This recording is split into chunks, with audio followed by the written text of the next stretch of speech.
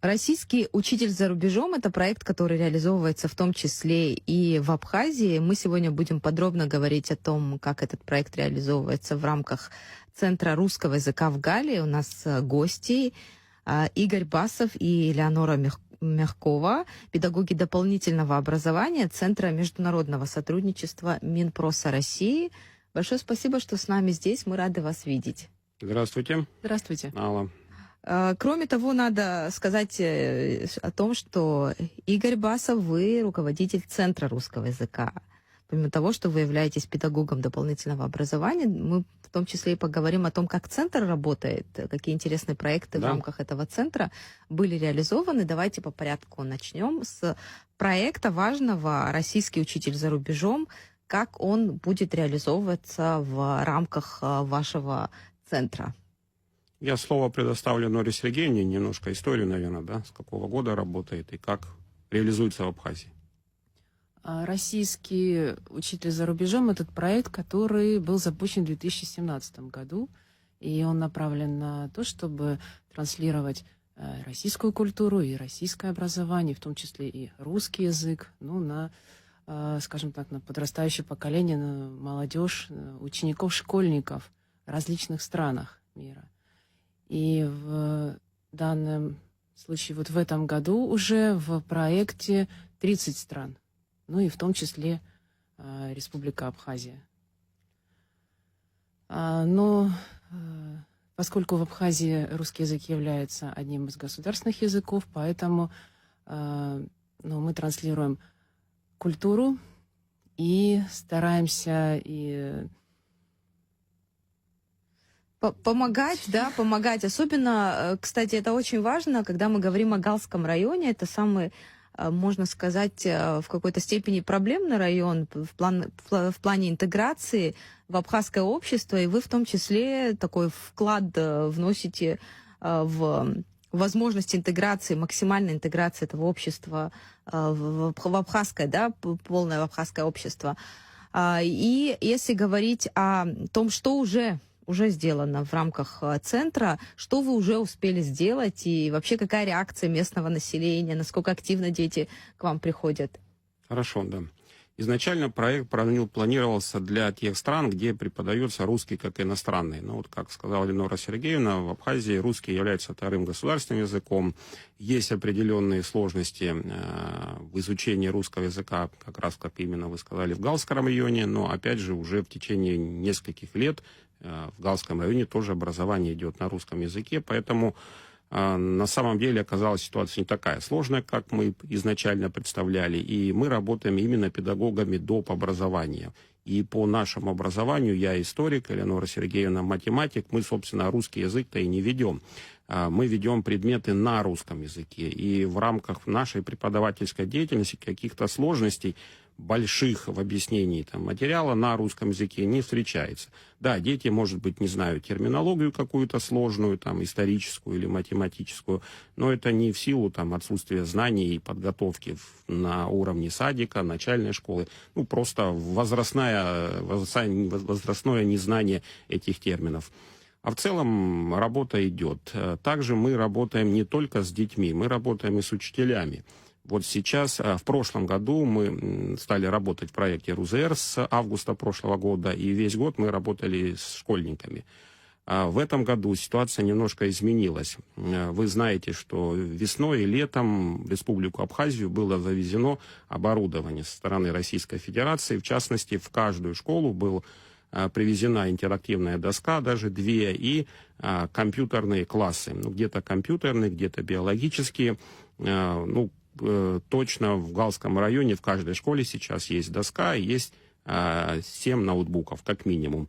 И в июле месяце приезжал в город Сухум ректор нашего университета Евгений Алексеевич Нижник. У нас была встреча с министром просвещения Ханной Владимировной, и Ханна Владимировна выразила пожелание, раз коллеги здесь работают в проекте, то по возможности переключиться на работу с учителями. Техника есть, да, дети должны на ней обучаться, но преждевременно это сейчас. Нужно сначала обучить учителей. Здесь мы столкнулись действительно с проблемой. Компьютерная грамотность, она немножко хромает, потому что коллеги, к сожалению, в силу отсутствия материальных возможностей не имели доступа к этой технике. И сейчас мы планируем весь год заниматься повышением квалификации учителей Галского района «Компьютерная грамотность». Игорь Иванович, ну можно уже какие-то даже итоги подводить. 2 года центр работает, с 23-го года. Да. Сколько детей через ваш центр прошло? В прошлом году мы работали в 3 сельских школах. Хятская номер 1, Хятская номер 2 и Шашикварская школа. Классы небольшие в этих школах, но за весь год прошло обучение порядка 75 человек. Плюс мы вели кружки дополнительные. Я вел кружок исторический, краеведение и археология, а Эльнора Сергеевна вела кружок образовательной робототехники. Ну вот в целом за весь год, в разное время, не одновременно, но порядка 100 человек, школьников нас посетили.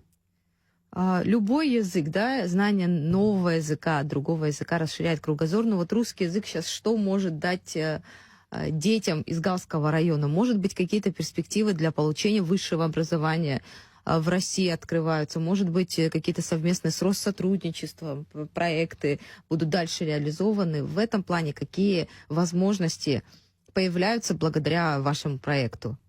Благодаря этому проекту действительно ребята могут уже задумываться о том, чтобы поступить и обучаться в России в дальнейшем. А также этот проект позволяет детям участвовать в различных международных мероприятиях, конференциях, конкурсах. Вот, например, такой конкурс, который проводится уже 7-й год, «Расскажи миру о своей родине».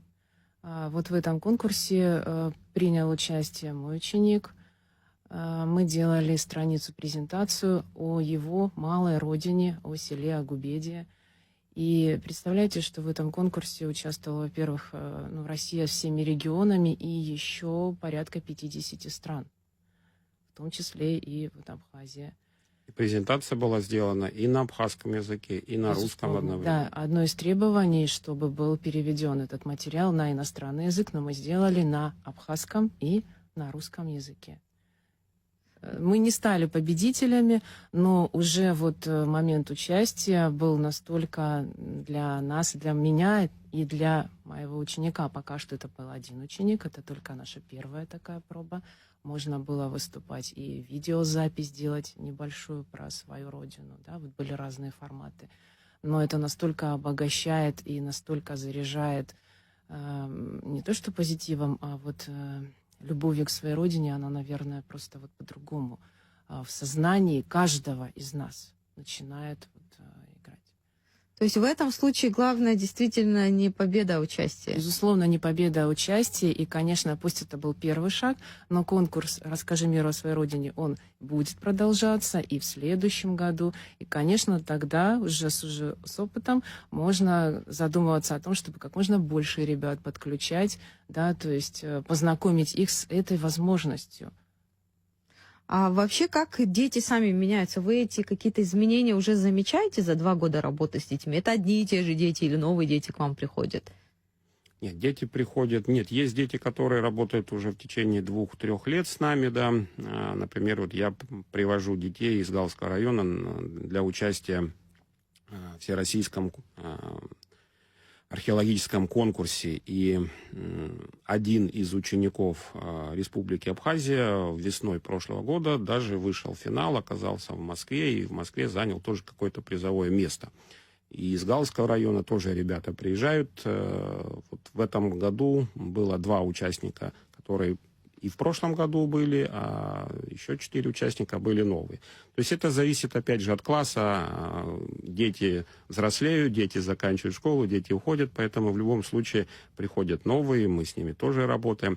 Как это сказалось на детях? Ну вот конкретно в нашей работе, вот Эльнора Сергеевна рассказала, участие в конкурсе. В прошлом году мы проводили олимпиаду по русскому языку международную, она проходила в это время, и 3 финалистов олимпиады ездили в лагерь «Смена», ВДЦ «Смена» в Россию. Один из них был как раз из школ, где мы работали.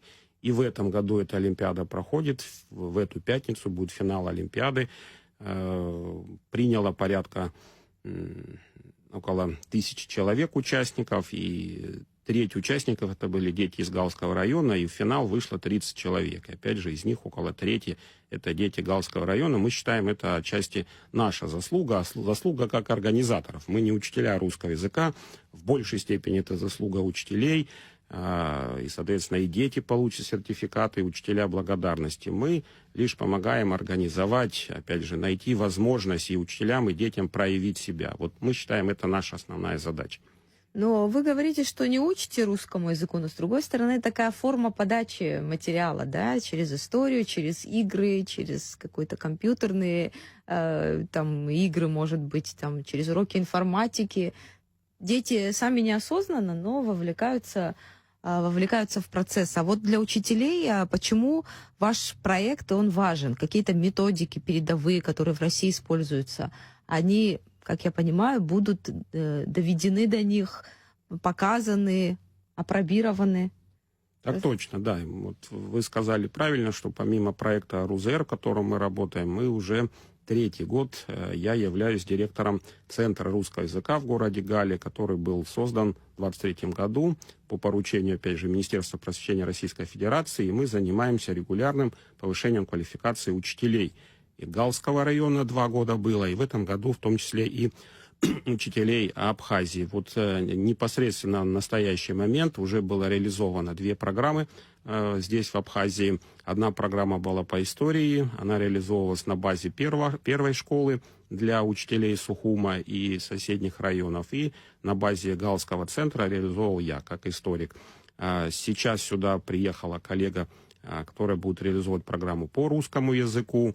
Через неделю приедут тоже наши учителя, и у них будет программа для воспитателей детских садов и для учителей, работающих с детьми с ОВЗ. То есть работа эта идет, она постоянная. Опять же, сначала она была акцентирована на Галском районе, но по просьбе, опять же, Ханны Владимировны в этом году мы расширили географию своей работы, и в том числе работаем Сухум, Гагры, тоже проводим курсы повышения квалификации.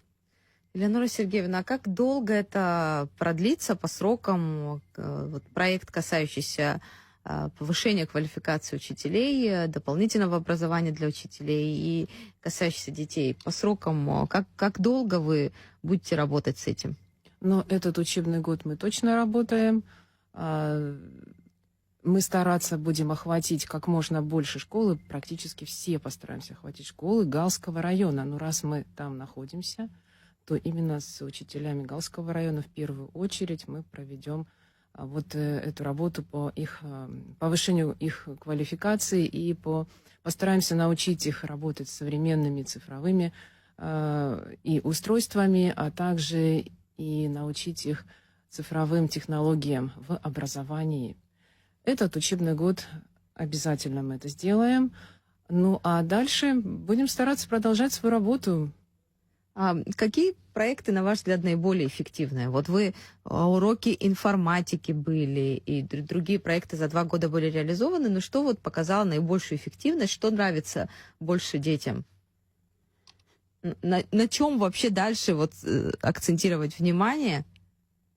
Но мне кажется, детей нужно все-таки стараться выводить на современные и международные конференции, в том числе. Вот, например, в конце февраля этого года с учащимися 9-10 классов сельской школы, Хятской школы номер 1, мы участвовали в конференции, международной конференции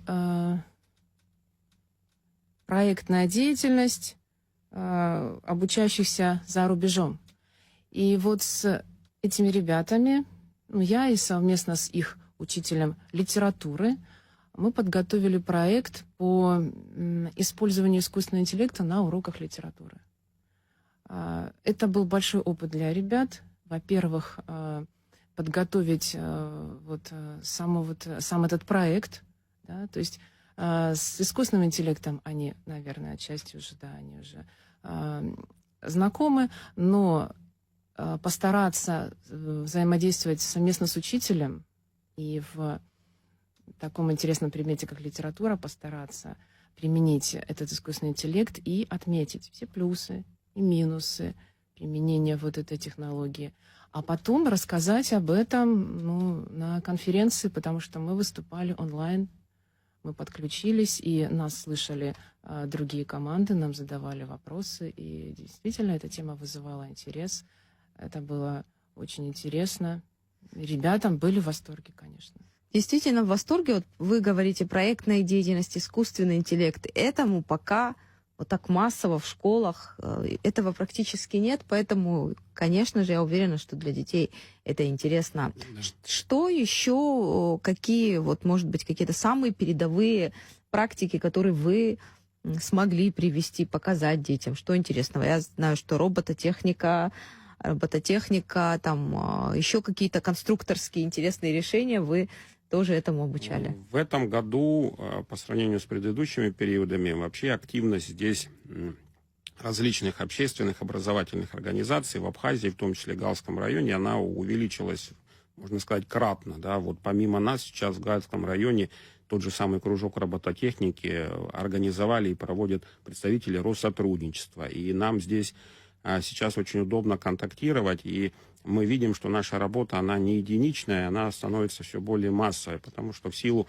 ограниченности наших возможностей мы могли там какое-то маленькое количество обучить, а когда это приобретает массовый характер, это дает результат. И вот я бы хотел сказать, что наше основное кредо работы – это, сохраняя традиции образования в Республике Абхазия, добавить что-то новое, современное. То есть вот весь наш процесс образовательный строится так, чтобы мы не забывали какие-то традиционные вещи, учитывали их. Например, в школах запрещено использовать сотовый телефон. Да, дети его не должны применять. Но отрицать необходимость его использования мы не можем. Поэтому мы учим, да, мы объясняем учителям и детям, что да, в школе нельзя, но можно использовать телефон, тот же самый сотовый, дома не для смотреть мультики там или еще что-то, а именно для образовательных целей. Сохраняем старое, приносим новое. Вот, наверное, это главная задача. Но не всегда эффективно, и чаще всего даже неэффективно. Говорить детям нет, нельзя. Да. Поэтому как инструмент надо это использовать. Просто вот они через не их знают, интересы, через их интересы как раз телефон это, да, это возможности, в том числе вы говорите про искусственный интеллект и так далее. Да. Это можно не обязательно через компьютер и через телефон.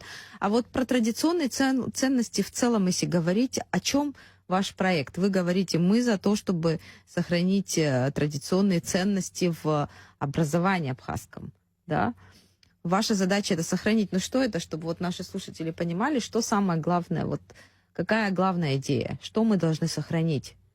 Сохранить культуру, традиции, обычаи. Вот Элеонора Сергеевна говорила про проект «Моя малая родина». Я расскажу о том, что весной, находясь уже здесь, в Абхазии, я, опять же, прошел курс повышения квалификации для учителей Абхазии по искусственному интеллекту. В работе учителя я создал урок, и потом этот урок представлял детям. Урок был посвящен теме обществознания, социальный конфликт, но урок был сделан с помощью ресурсов искусственного интеллекта, но на материале абхазском. Нардский абхазский эпос. То есть я попытался представить вот эту тему, социальные конфликты, через образы героев нартов, с созданными иллюстрациями по мотивам нардского эпоса, с какими-то историческими ситуациями. То есть вот это как раз пример того, что я показал современные возможности в образовании, но при этом показал на материале, который детям доступен, привычен, они его знают, и это вот их традиции, к которым мы тоже детей должны возвращать, напоминать. Или если даже не знают, обязательно узнают. И вот как можно их мотивировать вспоминать нашу историю, литературу. Это такие возможности новые, обязательно в образовании, я думаю, будут постепенно к этому, в общем, идти. А вот если о планах поговорить, у нас немного времени до конца беседы остается. Элеонора Сергеевна немного рассказала, что все эти проекты до конца года точно будут продолжены, а вот дальше, может быть... До конца учебного года. Учебного года. То есть До конца лета. учебного То есть года. следующий Да. календарный год. Мы работаем, у нас контракт годовой, но, насколько я знаю, наша работа здесь, в Абхазии, она ценится действительно нашими коллегами, руководителями в России. И, насколько я знаю, разговоры об этом были, проект этот планируют расширять здесь, в Абхазии. То есть в некоторых странах таких учителей, как мы, работают уже несколько сотен. В Абхазии только пока 2 человека. Шли переговоры о том, чтобы расширить количество участников этого проекта в Республике Абхазия. Наверное, эти мысли, идеи, они будут реализованы в дальнейшем, и нас тут станет больше, у нас появятся коллеги, у нас будет тут методсовет свой, и работа будет расширяться. Речь идет только о Галском районе или Нет, в планах речь идет возможно... о всей Республике Абхазия. То есть центр будет в Галском районе? Центр будет в Галском, может быть, переместиться в Сухума, в Гале останется филиал, опять же, из разговоров с министром просвещения Республики Абхазия Ханна Владимировна. Да, это не секрет, и это часто в прессе бывает. По некоторым узким специальностям школьным есть в Абхазии недостача преподавателей. Да? И об этом говорится, что готовы будут принять граждан Российской Федерации для того, чтобы они работали в абхазских школах. Это такие, как там математика, физика, химия, да, вот там. И учителя русского языка, они тоже уже в дефиците? Возможно, и учителя русского языка. Нам ближе наша профессия, наше направление. Русский язык, возможно, тоже, но я вижу здесь, опять же, в Абхазии прекрасные учителя русского языка, талантливые, успешные. А какие проекты, может быть, в планах, в разработке, может быть, вы считаете нужным какие-то проекты в будущем рассматривать, реализовать? Вот чего не хватает детям, особенно в Галском районе? Еще чего, может быть, какие-то направления, которые им были бы интересны? Здесь задача большая, она комплексная. Опять же, я не скажу, что процесс идет. Да? Вот я думаю, что я поддерживаю это. Нужно привлекать детей из города Гала, чтобы они как можно больше участвовали в проектах, которые реализуются здесь, в Абхазии. Реализуются Министерством просвещения Республики Абхазия, реализуются Абхазским государственным университетом. То есть основная эта задача какая? Чтобы эти дети после окончания школы, они продолжили свое образование дальше, продолжили здесь, в Абхазии. Может быть, да, если какие-то, опять же, узкие специальности, они получили образование в России. Но, опять же, надо их настраивать на то, чтобы они вернулись на свою родину и работали здесь, в своей малой родине в Галском районе или в общей родине Абхазии. Я почему вас вот в середине разговора спрашивала про то, видите ли вы какие-то в детях изменения? Вот, какая-то переориентация, не секрет, действительно, выпускники галских школ уезжают в Грузию, и есть такие примеры, об этом и глава Галского района в интервью неоднократно нам говорил. Но как вам кажется, вот дети меняются, и интересы их там в сторону, может быть, Абхазского университета, в сторону российских вузов, в рамках Россотрудничества есть прекрасная возможность поступить в лучшие вузы России? Я отвечу, да, на ваш вопрос. Вот как раз я, опять же, думаю, что наша работа должна быть в долгую. И вот мы сейчас работаем с детьми не 10-11 класса. Мы работаем в прошлом году и в этом работаем с детьми вот как раз в таком 7, возрасте. 8, 9, да. Поэтому ваш вопрос, возможно, преждевременный. Да, вот результат нашей работы, он может быть уже через несколько лет. Да. Сейчас мы его пока не видим, потому что мы готовим почву, да, так скажем, для того, чтобы эти дети вот сейчас, не в последний год своего обучения в 11 классе, вот давайте, ребята, вот давайте сделаем вот это. Хотя и старшие у нас дети были. Надо начинать вот с младшей школы, среднего звена и постепенно работать. Тогда будет результат. Если подытожить наш разговор вот 2-3 словами про эффект проекта, если сказать, который уже виден, осязаем. Элеонора Сергеевна, как бы вы описали коротко проект? Ну, эффект это как, наверное, как луч такой света, да, который просто подсветит ребятам возможности их дальнейшего выбора своего пути жизненного, профессионального, выбор образовательной стратегии своей. Это вот как такая возможность подумать о будущем и сориентироваться. Элеонора Сергеевна, Игорь Иванович, большое вам спасибо, что были здесь, рассказали. Мы вам удачи желаем в реализации ваших проектов. Спасибо. Спасибо вам за приглашение. А нашим слушателям напомню, мы говорили о проекте российский учитель за рубежом и работе Центра русского языка в Галлии. У нас в гостях были Игорь Басов и Элеонора Мягкова. Это преподаватели Центра международного сотрудничества Министерства просвещения России.